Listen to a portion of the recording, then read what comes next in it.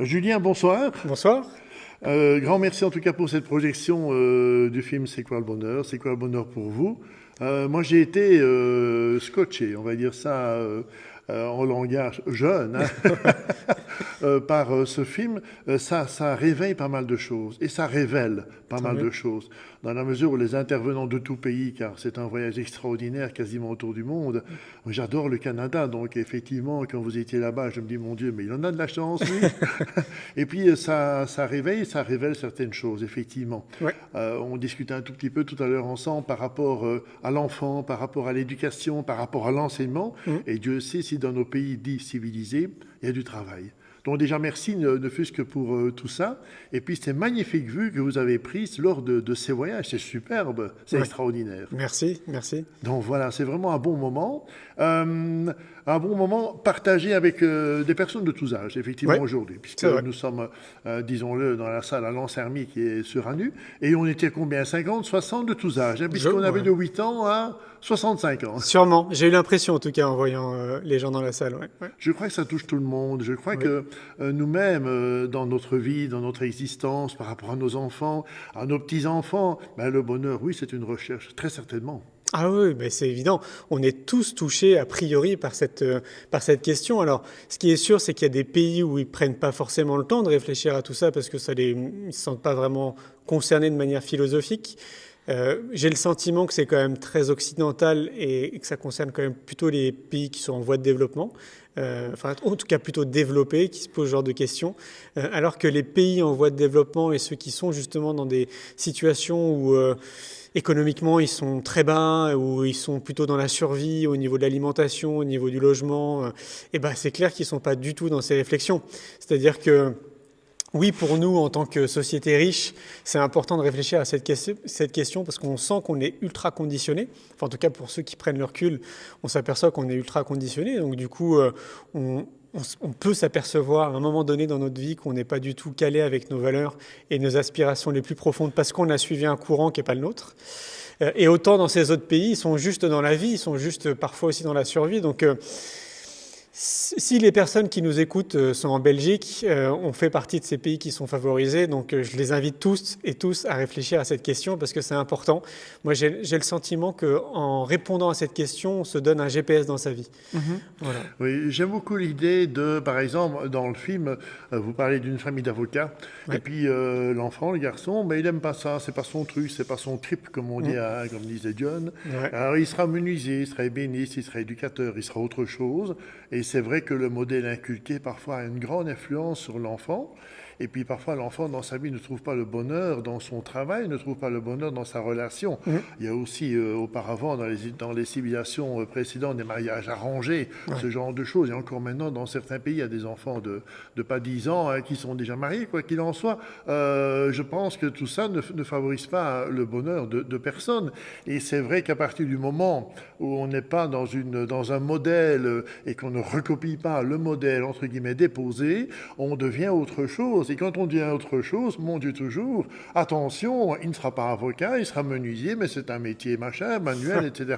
Ouais. Et hop, on met directement une forme de catégorie en disant, ben, c'est pas bien ce que tu fais. C'est vrai. Alors que le gamin est peut-être super doué en dessin, super doué en architecture, qu'il adore le bois, et qui peut très bien, comme en France, faire partie des compagnons et avoir quelque chose d'extraordinaire. Alors, on vit dans ce système-là, et parfois, on se dit, mon Dieu toujours, mais il est peut-être temps de se révolter, mais de la bonne manière et dans le bon sens, ne pas faire la guerre, mais disons, s'affirmer en tant que personne. Complètement, oui.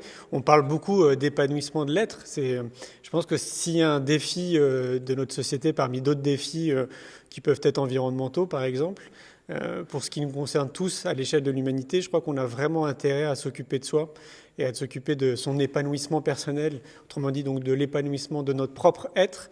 Parce qu'on ne nous l'éduque pas, on n'a pas appris à nous connaître, on n'a pas appris à gérer nos émotions, on n'a pas appris à connaître profondément nos valeurs, à savoir réellement qui on est, quoi. On n'est pas du tout élevé ou éduqué dans ce sens-là. Donc C'est important à un moment donné parce qu'on a cette possibilité à n'importe quel moment donné de notre vie, peu importe quel âge on a, de prendre ce recul nécessaire et d'essayer de se poser toutes ces questions philosophiques.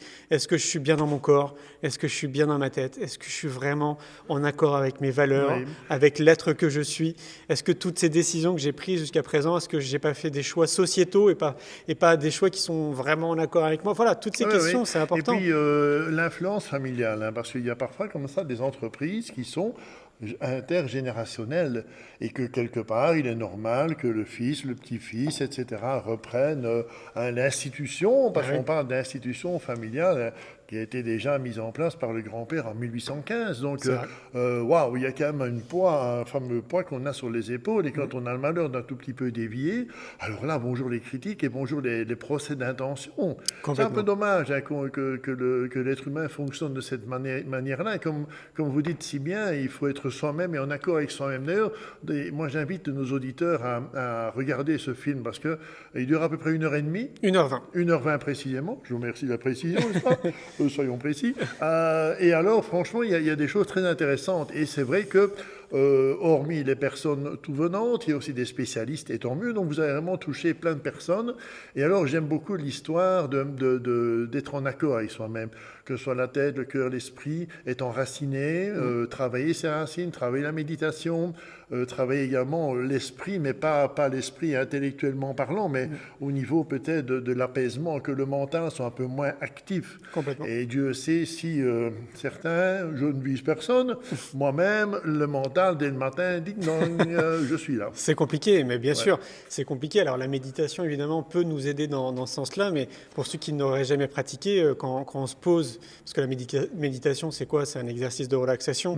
Donc on se pose à un moment donné dans notre journée, on prend 5-10 minutes, voire plus pour nous, juste pour respirer, en fermant les yeux, être en connexion finalement avec soi. On s'aperçoit que notre cerveau... J'aime beaucoup l'idée de prendre 10 minutes pour soi. Ouais. Hein, certains diront, ouais, moi j'ai pas le temps, machin. 10 minutes. Mais 10 minutes, c'est rien sur une journée, quoi. Mais c'est ça qu'il faut faire. Et un peu sortir de ce système de harcèlement professionnel, parce que qu'on prenne n'importe quel métier à l'heure actuelle, c'est vrai qu'on est dans une forme de consommation, de surconsommation. Vous parliez également des informations tout à l'heure. On reçoit des informations de toutes sortes. Ouais. On est abreuvé par des tas d'informations, soit éphémères, soit on appelle ça l'infobésité, tellement qu'on en reçoit. À nous aussi d'être vigilants par rapport à ça. À nous de trier les informations, parce que le nombre de fois sur Facebook, on nous annonce la mort de quelqu'un, alors qu'il n'est pas mort du tout, et genre de bêtises, quoi. Il y a Facebook ou la télé. Hein. Oh oui, la télé, il y a quand même des grosses conneries qui passent, disons-le. Ouais. Mais à nous d'être vigilants, à nous de faire le tri et de l'apprendre à nos enfants, et que ce message passe de génération en génération. Là, on fera de nous-mêmes, les descendants, quelque chose en tout cas. En fait, c'est un peu notre avis. Tout à fait. Disons ce qui est important de comprendre, c'est que tous à notre niveau, on a un pouvoir d'action. C'est-à-dire qu'on n'est pas il n'y a pas de personnes isolées en réalité. C'est-à-dire que si chacun, à notre niveau, avec notre propre énergie, nos propres réseaux, avec ce qu'on est, chacun, on peut faire en sorte de changer le monde de manière positive. Voilà, c'est ça qui est dingue. Voilà quelque chose de bien beau, de changer le monde et d'avancer progressivement et puis de mettre des choses en place petit à petit comme on peut le faire nous-mêmes en tant qu'être humain, ne fût-ce que pour soi, son entourage, et puis son voisin, et puis ses amis, et puis avancer comme ça, et puis créer, comme vous créez des choses assez extraordinaires. On va doucettement, jeune homme, mais c'est bien dommage, car on serait bien resté toute la nuit, mais bon, on est quand même dans froid, là. Un peu risqué. Hein. Puis je vois qu'il y a des délicieuses bières spéciales à boire, Romain. Donc voilà, je vous recommande d'ailleurs les bières de Belgique et le chocolat. D'accord. Quels sont les projets? Donc, vous avez parlé d'un nouveau DVD qui va sortir en février 2019. Exactement, oui. Vous revenez en Belgique. Oui. Ouais. Alors oui, en fait, c'est la suite du film C'est quoi le bonheur pour vous? Le titre, c'est L'école de la vie, une génération pour tout changer. J'ai rencontré un peu plus de 120 acteurs en France qui sont des professionnels qui accompagnent les parents, les enfants et les enseignants avec des outils pédagogiques, avec des ressources qu'on ne soupçonne pas. Et pourtant, pour la plupart, ça fait plus de 30 ans, voire 40 ans qu'ils exercent leur activité. Et on n'est pas au courant de tout ça. Mais voilà, donc j'ai voulu les rencontrer et les mettre en lumière. Alors, ce qu'on fait déjà à travers le festival pour l'école de la vie qu'on organise à Montpellier, où là, il y a 250 exposants, donc 250 professionnels qui montrent justement qu'il y a des solutions. Et on s'est dit, c'est ce qu'on a vécu là cette année avec C'est quoi le bonheur pour vous, parce que ça fait un an qui tourne. En fait, c'est un outil de communication qui est formidable justement pour parler de tout ça. Et donc, la suite sort au mois de février 2019 en France, et puis après à l'étranger. Donc, évidemment, on viendra en Belgique forcément. Évidemment, Bah oui. ça coule de source. Vous disiez également lors de la conférence qu'on pouvait également diffuser le film. Alors, comment peut-on s'y prendre? Tout à fait.